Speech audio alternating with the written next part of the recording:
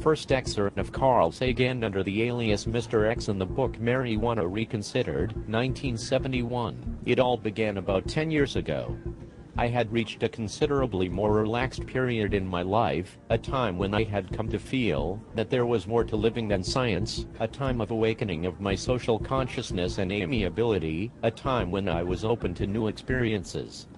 I had become friendly with a group of people who occasionally smoked cannabis, irregularly, but with evident pleasure. Initially I was unwilling to partake, but the apparent euphoria that cannabis produced, and the fact that there was no physiological addiction to the plant eventually persuaded me to try. My initial experiences were entirely disappointing, there was no effect at all, and I began to entertain a variety of hypotheses about cannabis being a placebo which worked by expectation and hyperventilation, rather than by chemistry. After about 5 or 6 unsuccessful attempts, however, it happened. I was lying on my back in a friend's living room idly examining the pattern of shadows on the ceiling cast by a potted plant, not cannabis. I suddenly realized that I was examining an intricately detailed miniature Volkswagen, distinctly outlined by the shadows. I was very skeptical at this perception, and tried to find inconsistencies between Volkswagens and what I viewed on the ceiling. But it was all there, down to hubcaps, license plate, chrome, and even the small handle used for opening the trunk. When I closed my eyes, I was stunned to find that there was a movie going on the inside of my eyelids. Flash, a simple country scene with red farmhouse, a blue sky, white clouds, yellow path meandering over green hills to the horizon. Flash, same scene, orange house, brown sky, red clouds, yellow path, violet fields. Flash. Flash. Flash. The flashes came about once a heartbeat. Each flash brought the same simple scene into view, but each time with a different set of colors, exquisitely deep hues, and astonishingly harmonious in their juxtaposition. Since then I have smoked occasionally, and enjoyed it thoroughly.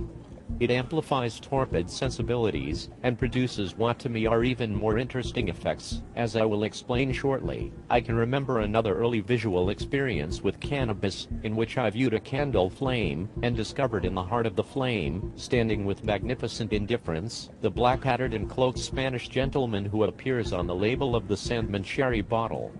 Looking at fires when high, by the way, especially through one of those prism kaleidoscopes which image their surroundings, is an extraordinarily moving and beautiful experience. I want to explain that at no time did I think these things really were out there.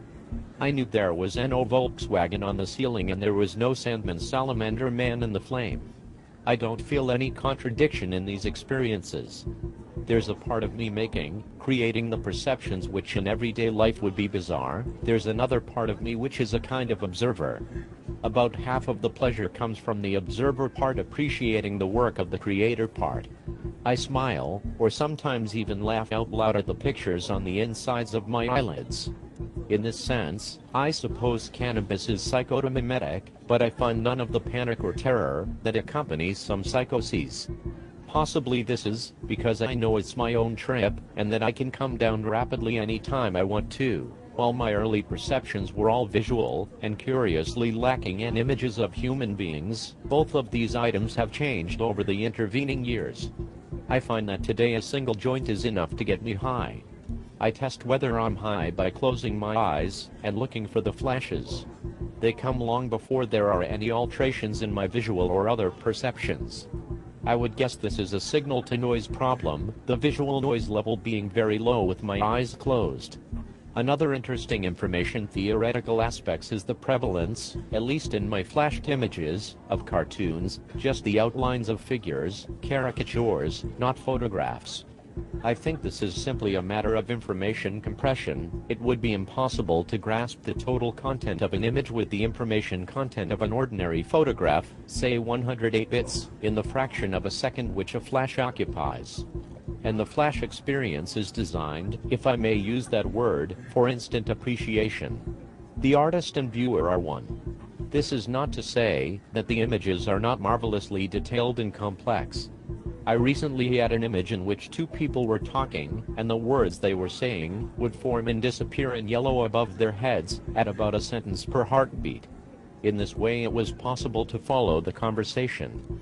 At the same time, an occasional word would appear in red letters among the yellows above their heads, perfectly in context with the conversation, but if one remembered these red words, they would enunciate a quite different set of statements, penetratingly critical of the conversation.